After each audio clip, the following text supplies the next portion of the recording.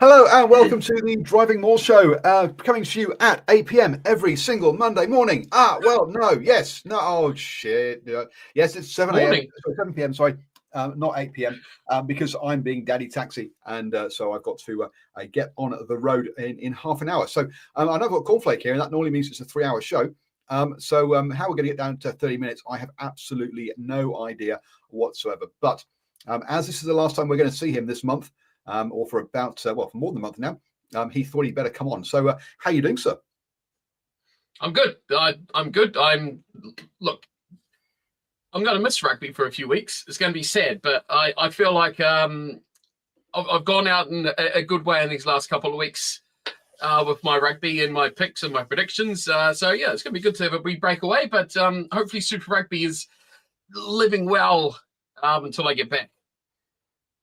We are going to quickly zoom through the rugby games. So, like I say, we've not been on for a couple of weeks. So I'm just going to run through the results from 2 weeks ago to remind everybody where we're at. And then what we'll actually do is we'll talk about the games from this weekend. But the Hurricanes beat the Waratahs 57-12, and the Brumbies beat the Brumbies 34-27.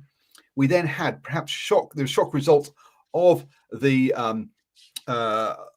round so far, of the season so far, with the Crusaders losing to Moana Pacifica 29-45.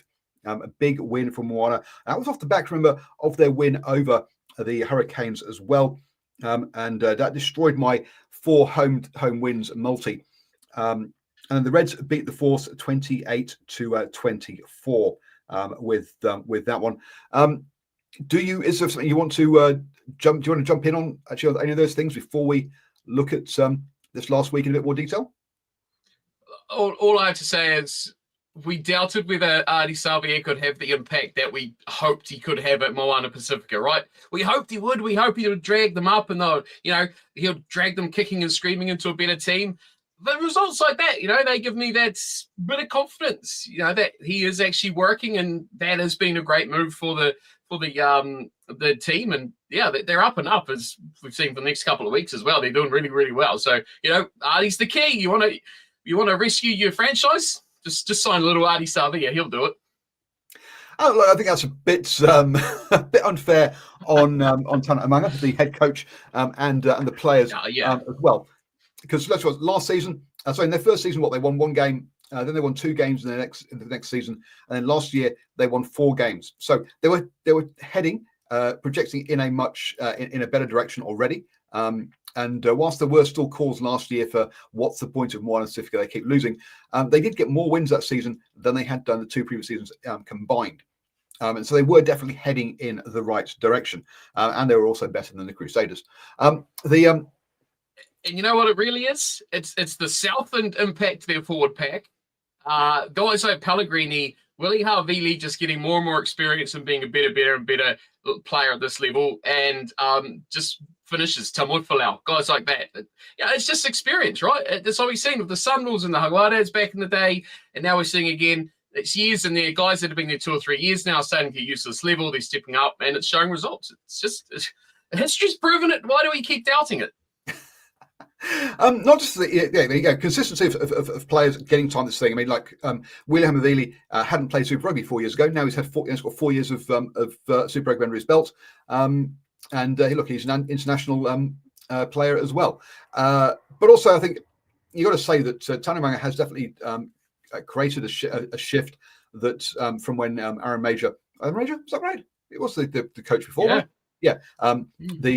And so you got to say that he has definitely produced, not only built on what he was given, but it's definitely, as I would say, sped up that process as well. Now, look, when I used to go to the Super Rugby games as with my media pass, look, Aaron Major was fantastic with me as at Moana Pacifica. Really appreciate that one at all. But yes, it was a. I was going to say it was. So yeah, I think it was heading in the right direction, but I think he has sped up the process as well with that. So moving on to this week, then we kicked off on Friday night with only 1 game, And why do they keep messing around with when the games are? Can't we just have standard 7 p.m., 9 p.m., 7 p.m., 9 p.m., and then move the other game around? So I know when I've got games, rather than having just one on Friday, and then I'm kind of ready for the next game, got my beer open, and there's nothing to watch. So yeah, I'm not a fan of that one. So Friday night, the undefeated Reds travelled over to Hamilton to face the Chiefs. Look, in that first half, it finished half time at 10-all. Oh wow, don't know what that means. New member, cool. Have to figure out what that's all about. So I don't know what's going on there, but Dills, thank you for joining as a member. Brilliant. The Reds look keeping themselves in it. Admittedly, they were sort of always playing catch up. The Chiefs scored first, then they scored back, etc. But still, 10-0 at half time, and then Tramanga Allen got himself yellow carded, and that seemed to kind of open the floodgates. Actually, they survived the yellow card pretty well, didn't they? With just one penalty from David McKenzie before in the last 10 minutes. Takileho and Xavier Rowe going over to suddenly make it a comfortable scoreline of 27-10. Look, Liner got over for a consolation try after the hooter had gone.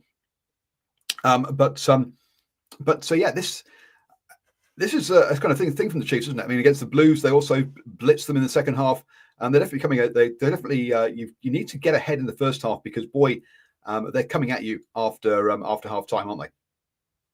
Yeah, I think this is a game that I thought was dictated very much by the poor rainy weather conditions that was in this match. So I feel like both sides, I think they controlled their style of gameplay very well in that first half. I think the Reds played to their game plan and the Chiefs were playing their game plan, and they were pretty much cancelling each other out. But I feel they both played really, really well given the conditions. I think McDermott was absolutely key the way he directed not only his forward pack, but his backs around. Both teams lost a lot of opportunities and chances. I think the Chiefs kicked really well and they chased really well too. So teams were playing their strengths really well, but they weren't really dominating the game in any way because of the conditions and because just the way the game was going. Neither side was really willing to chance around anything too expansive. So to me, 10-10 at half time was a pretty fair representation, but the Reds fell apart in the second half. I think they tried to change things, take control of the game, and went away too much from how they were playing well in that first half.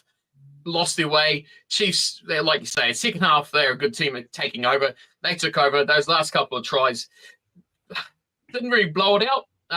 But I think the Reds were really disappointed they didn't at least get a bonus point out of that fixture. I think they played well enough in that first half, but playing that full 80 minutes is just something they just couldn't really do throughout. But look, I'll tell you my key man straight away from that, Joe Bryle. This guy, where's he come from? Nowhere. He's a bit all right. And now you're looking at Australian back row options and you're going, here's another one. Not only is enough of the Kales and the McWrights and the Wilsons and that other fellow, the Brumbies, which I've forgotten his name, that's having a really good season as well, Reimer. And now you got this Bryle guy who's just coming in. Yeah. Tizano, of course. Leading try scorer, Tizano. I mean, Australian rugby, criticise as you may, but their back row, bench starters, stands, I don't care where they are, the Wallabies are going to be strong in that 6 to 8, even maybe if they throw one in the second row as well. 20 turnovers by the Chiefs and 18 by the Reds, which shows you the weather conditions in this one. And I think, look, also, Linus kicking didn't help, right? Missed 2 conversions in the first half. That gives you a 4-point lead going into half time, which obviously gives you much more confidence. Look, the kick missed at the death was the one that, whatever. But 6 points left out there, which would have put them on 21. As you say, that losing bonus point. But you got to say, look, they've still had a cracking start to the season, and very few teams are going to go to Hamilton and come away with points. Let's be honest. So there's no shame in that at all. Next up, then we had the Moana Pacifica against the Waratahs. Look, the Tiles got off to a good start. Went out to a 14-0 lead. The Moana managed to get themselves a try back, but still, Callaway went over, and the Waratahs are leading 7-21 at half time, and thinking, you know what, this is looking pretty good. And then the second half turned up, and boy, oh boy, look, I mean, still, it was at the hour mark, it was still 19-28. So clearly, Moana Pacifica had clawed it back, but then 4 tries in the last quarter just blew this game wide open on the Moana side, leading 45-28 for 3 wins on the bounce now. Hurricanes, Crusaders, and the Waratahs, 2 at home, 1 away. So you can't even just say it's just been a favourable home draw, home schedule for them either. Pellegrini, is he the signing of the season? I mean, he's again someone who's come from nowhere. Now I don't think anybody really had him on their radar. So they're kind of like, who's this guy from Coventry? Yeah, he's played a couple of games for Tonga, but he's not been one of their first choice players. Comes in, is behind Jackson Khan and Bashop, and probably William Harvey at 10 coming into the season. About 3 games in, he gets given the 10 jersey, and he hasn't looked back, and he's definitely running things well for Moana Pacifica.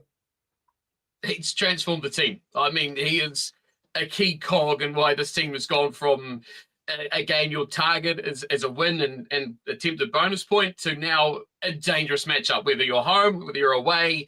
I don't think anyone can take Moana lightly anymore.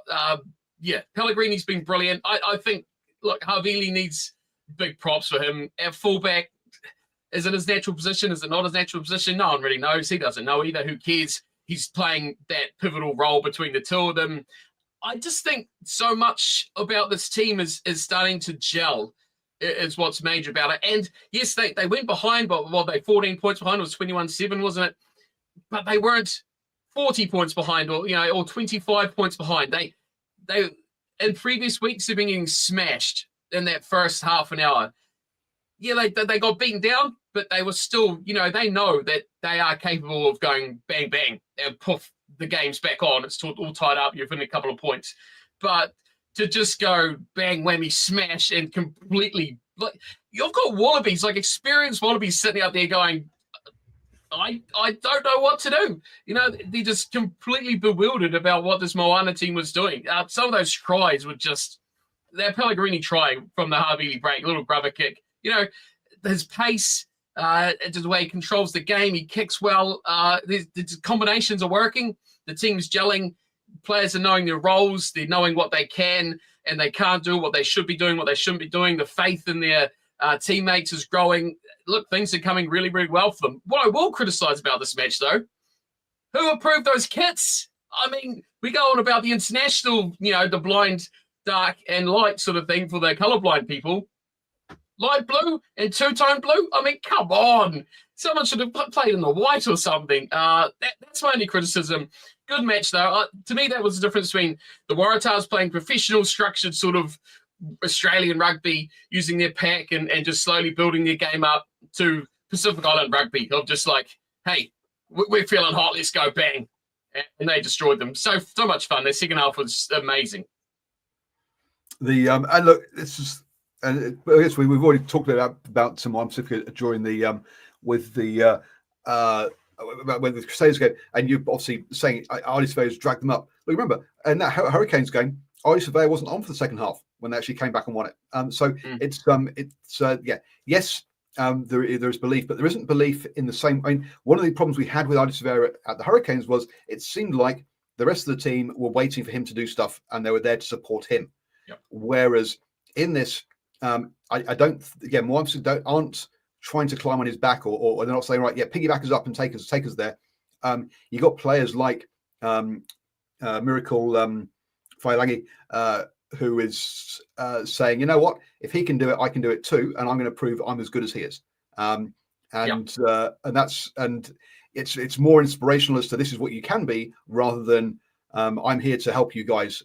And let me help you, which is, I think, is a different approach to, and it was yeah, that was going to be one of the kind of concerns, was that they would go, oh, we've got Ardy, we can rely on him, but that's not how they're playing, which is great to see, because I say that would be a mistake, and it was a mistake I think the Hurricanes had. Well, I thought the Hurricanes were better off actually without Ardy, even though he's such a fantastic player, is that the other players actually had to play, whereas before that they didn't.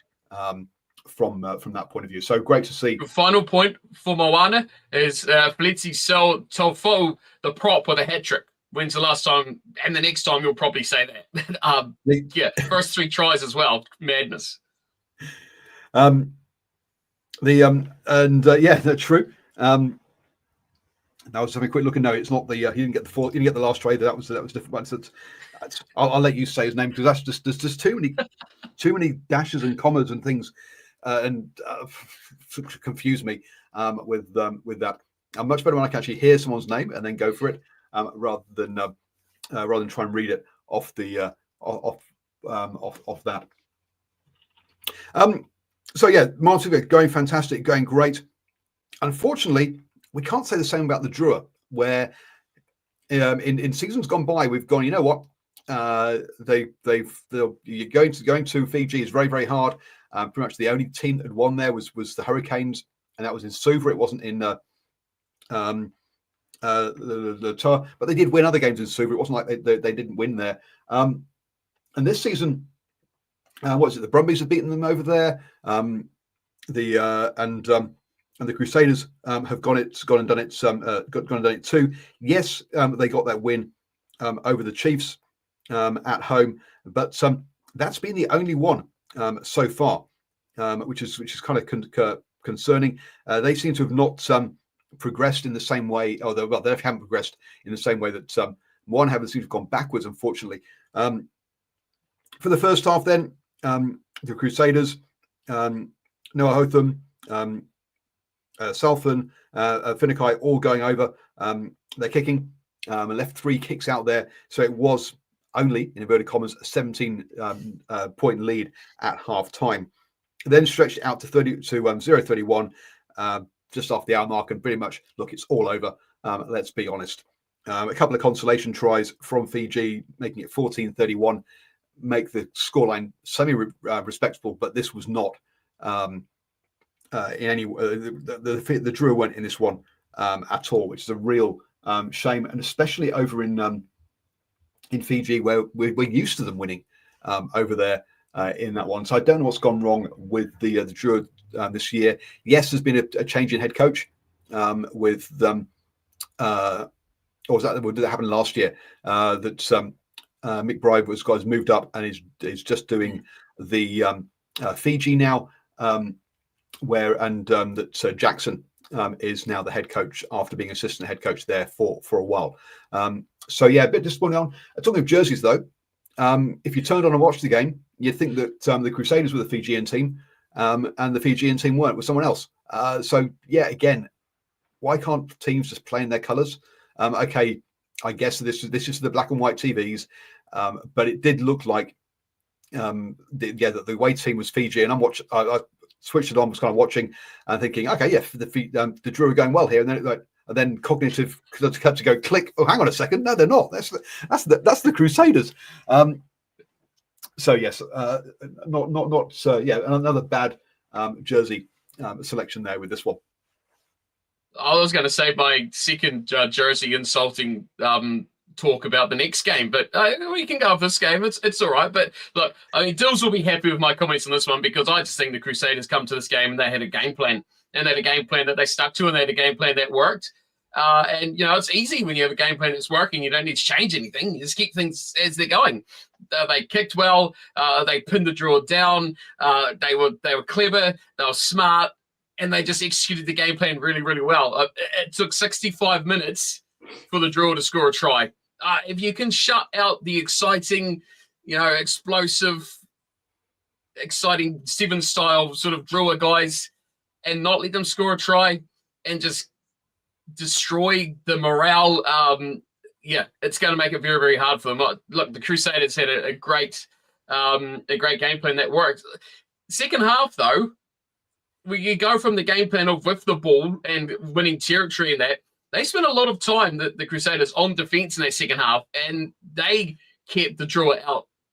When typically that's the period you'd expect them to score. You know, when they're in your 22, they're that dangerous, that strong and fast. You expect them to break them down. But again, I'll credit the Crusaders this, because this is a game you'd expect, the way they've been the last couple of years, that they'll lose. So to go over there, execute their game plan well, defend really strongly, and make all those one-on-one tackles with these players that are really good tackle busters. You know, your big, fast back rowers and second rowers that just, you know, it's second nature to them to break one-on-one tackles. You've got guys that are making those hits. They're not relying on a second or third player to help them out, which means they're not getting the overlaps. They just defended that second half really, really well. Sure, the floodgates, well, not really floodgates, but the tries opened later on. That Waka try, the guy's a freak. Another back row that runs like he's a winger. I mean, it's almost unfair. But hey, if you can shut them out for that long, execute your game plan and accumulate points like the Crusaders did, I'd say well done, Crusaders. You've nailed a really focused trip to Fiji, and I think they should be quite proud of that win. That's a pretty good achievement with the Crusaders. First win in Fiji as well. Yeah, look, the Drua had to make 88 tackles. The Crusaders 177 on that one. So it was a big as you say, a big shift by the Crusaders. Plus, also, look, they've been lauded up as being like they're back. They're here. It's the Crusaders of old. They had that loss against Moana Pacifica, and they bounced back really well with this one. That Moana Pacifica one could have been the thing that sort of derailed their season. After look guys, we've got it together. Oh shit, we haven't. But no, they've managed to keep that. So they managed to bounce back well, and that'd be good for their morale heading forward on that one. Next up, in yes, okay, go on. Talk about jerseys then for the Blues versus the Hurricanes. They're disgusting. Those superhero Marvel kits are horrible. They're shocking. You throw them out, burn them, put them in the skip, do whatever you want. I mean, if it keeps some people warm for a couple of nights, I'm fine with that. I think they're all horrible. But why were they, like, I get the idea of the kids' weekend or whatever. It's fun. It's okay. I don't think they're that great. But why are we rolling them back out now? Like, was it 2 weeks after that? I thought, there was just a one-off thing. But whatever, Blues, put them in the bin. Sure. Okay, so the Blues wore them, but the Hurricanes didn't. The Hurricanes went with their alternate jersey because yellow is such a clash with blue and red. So instead of wearing yellow, they wore a grey colour, which I'm sorry, but no, this Hurricane's just way bloody yellow. It doesn't clash with anybody. It's a good. We can tell who's playing rather than this. What made it to a closer to being a jersey clash. Because they wore the away jersey. It was bad. Anyway, jersey rant over. Put them in the bin. Sorry, put them in the bin. Yes, exactly. Yep. So look, Patrick Tuipulotu comes back from injury and goes and gets himself yellow carded early doors, which actually the Blues came out of that leading 6-3, and boy oh boy, what a difference Beauden Barrett has been to this team. Again, the team back. Look, the Iossi, who's having a cracking season, got himself a try, and that put the Hurricanes ahead, only for the Blues to peg it back, and it was 13-0 at half time.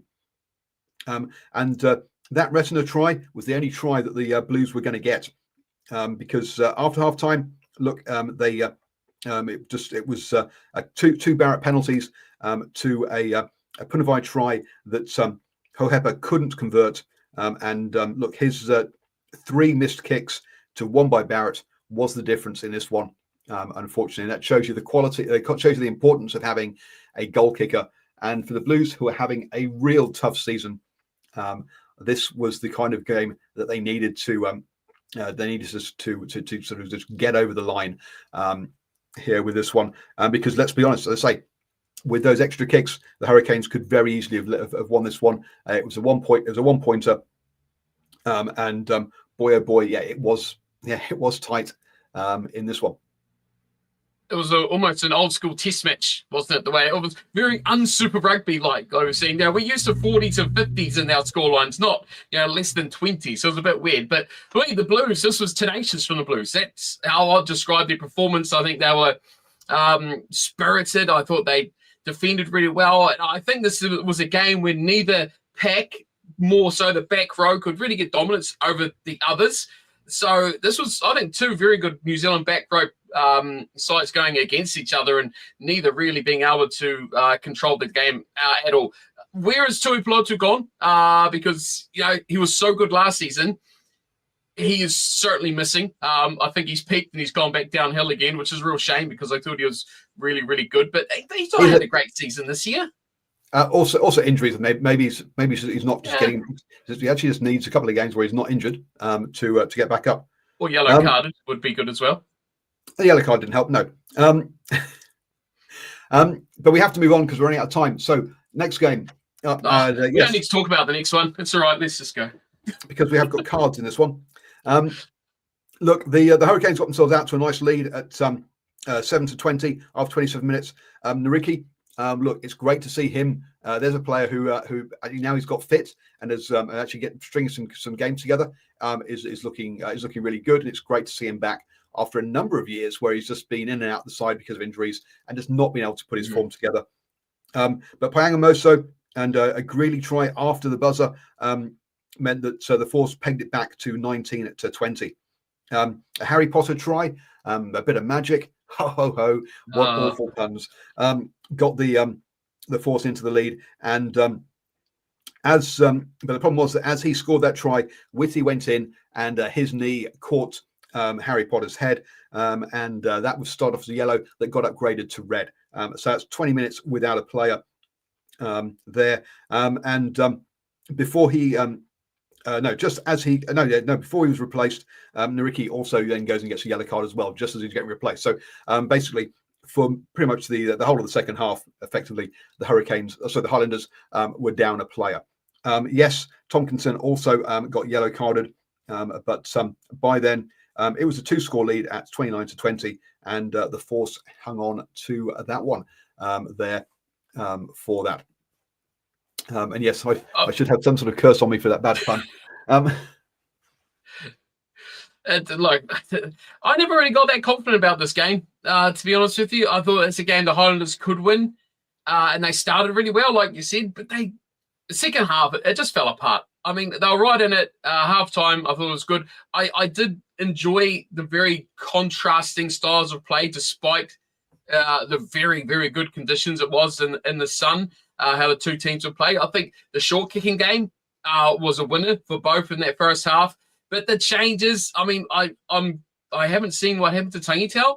He went off at halftime and didn't come back. I don't know if he's out for longer. Tavatava Nawai went off, what seemed like an HIA, and come back about 10, 15 minutes later.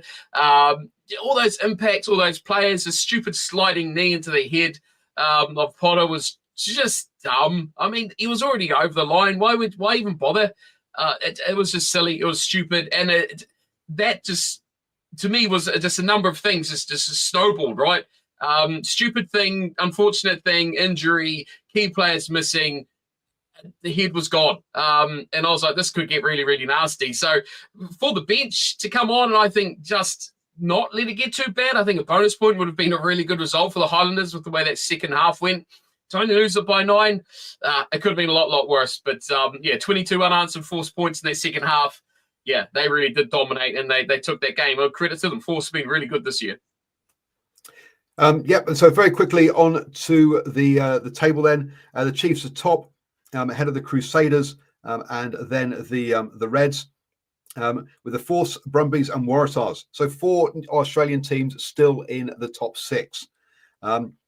It's a 2-point gap from the Waratahs down to the Hurricanes, who are on the same points as Moana Pacifica, just outside the top 6. Then you're another 3 points down to the Highlanders. So look, they're 5 points off, and they're going to have to start to keep in touch if they want to make the playoffs. The Blues, a further point back, and the Drua down on 7 points. It's a long way back for the Drua to make the playoffs with only 1 win from 7 games so far in that one. The Force with the weekend off this week, the other teams will then all catch up, and we'll all be on 8 games.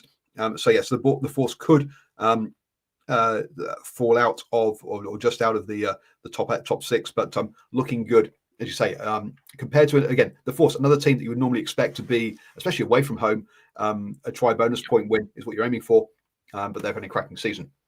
Now, because I've just got to keep Cornflake happy, the fantasy, I'm currently standing 8th in our table. You've got Tanyup, Stephen down there in 14, and then Cornflake you see in 18. He's actually on the first page now. And why is he on the first page? Well, because he had a cracking around this time, winning the round 8. Who do you go for? Yep, he's gone for that tried and tested at the moment. Force props. I mean, who knows? I don't know why, but yeah, force props are the best props to have with Bell and Taylor there. Williams and Arcoy did him okay, but look, yeah, Wilson, Tizano and Sevilla. Tizano and Sevilla have been definitely people have been sort of solid all season. Roygaard in there, yeah, perhaps a little disappointing to get a few more. Donaldson, because obviously he refuses to pick David McKenzie. He's a holdout there. Everyone else has got him. But Su'Alihi, 70 points. He did step up, didn't he, when he came back?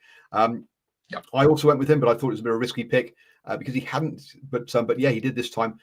Quintapire, yeah, look, he's had burnt. He seems to have burnt out. He went really good at the beginning of the season. Perhaps a bit of a waste of your captaincy with Sevu Reece there. With the only got 20. Played in midfield. And played in midfield. I didn't realise he was playing at 13. Yeah, that kind of buggered me up a bit. But then Saints, I didn't go for him. Will Jordan did his normal Will Jordan things, and as you say, Sangitai does not not happen this time. But look, yeah, at the top there, Taniuk also went ahead of me with an all yellow front row, which was very brave of him up against the Blues. But captaining Tizano was a cracking call. He did miss out though on Su'Alihi, going with Massey instead. Mark Talia, Sean Stevenson, Toto Anawe. Toto Anawe did okay, but Talia and Stevenson really didn't do the biz for him at the back 3 there. Yeah, Tizano. Is that Ben really... Donaldson scoring more points than Damien McKenzie this week? Oh, what a glorious week! 35 and 37. Oh, 3. He did. Yes, eat that, McKenzie. I went with the a strong force outing here. 2 force props. Darcy Swain in the engine room, and also Tizano there. I went Fabio Holland. That didn't pay off, unfortunately. But Sevilla, obviously in there as well. Captaining Dane McKenzie, I could have done better. Let's be honest. And again in that back row, I went with Springer. He didn't quite do the as he's done the last couple of weeks. Didn't quite get the points, and again let down there by Tangitao with just a single point. So let's quickly look forward to next week's fixtures for round 9 then. And we kick off on Friday night with the Hurricanes versus the Crusaders. Boy, oh boy. Look, the Hurricanes need this, really do need a win at home here. But the Crusaders are hot at the moment. Yes, they had that loss against Moana Pacifica. But I think the Crusaders probably go into this one as favourites. Yeah, Dills is in the chat still, so I've got to go Crusaders, or he'll probably pick on me later on. Tars versus the Chiefs is the second game on Friday. Yeah, we do have 2 games on Friday this week. And again, look, the Tars having a decent season, but the Chiefs top the table for a reason with just that one loss. So yeah, heavy favourites there with the Chiefs. Chiefs. The next one though on at 4:35 on Saturday. This is a Battle of Auckland with the Blues versus Moana Pacifica. Now, normally you have this down as being a comfortable Blues win, but on current form, it's scary. But Moana must go into this one as favourites. Into this one, coming off the back of 3 wins on the bounce, which they've never done before. They know, so this is uncharted territory for Moana. How do you see this one going? Yeah, look, it's one of those situations where the heart is going to rule over the head, and the more Moana win, the more happy I am. I want to see this team thrive. And to beat the Blues, it's a win-win. The Blues lose, Moana wins. What could be better? So the Blues struggling this year, but they're still $1.16 compared to $4.80 by Moana Pacifica. They're second last on the table. There is definitely some value there, folks. Now, please only gamble what you can afford to lose. Yes, to do it responsibly. But boy, yes, I'll be putting $2 on that. Highlanders against the Drua. Look, two teams that really do need a bit of a win, a bit of a pick me up, and I think the Highlanders at home should do this one because so the Drua are struggling this year, and even though the Highlanders haven't been impressive, I think at home that they should be good for that one. Get the season back on track. Yep. And then Reds versus the Brumbies. Wow, the Reds are favourites at $1.67 to $2.10 by the Brumbies. Another cracking one. I say there's a number of cracking games this weekend. Hurricanes, Crusaders, Blues, Moana Pacifica. Even if that's one the bookie says it is the most easy to call. I don't think so. And Reds, Brumbies. I'll go with the home side with the Reds, but not with a lot of confidence in that one. Yeah. So cracking lineup of games this coming weekend, folks. Now I've got to dash because I've got to go be Daddy Taxi. So thank you very much for joining us, folks. Sorry it was an hour earlier. Next week there is a good chance we'll also be a quick 7 p.m. show because again I think I'm being Daddy Taxi again next weekend. My daughter is in a musical and so hence rehearsals lots of evenings. So hence having to do that. So So the show will be coming live with the music in the background next week. Stick it to the man, as they say. So yes, stay safe, folks. All have a great week, and catch you next. Try and catch you Monday.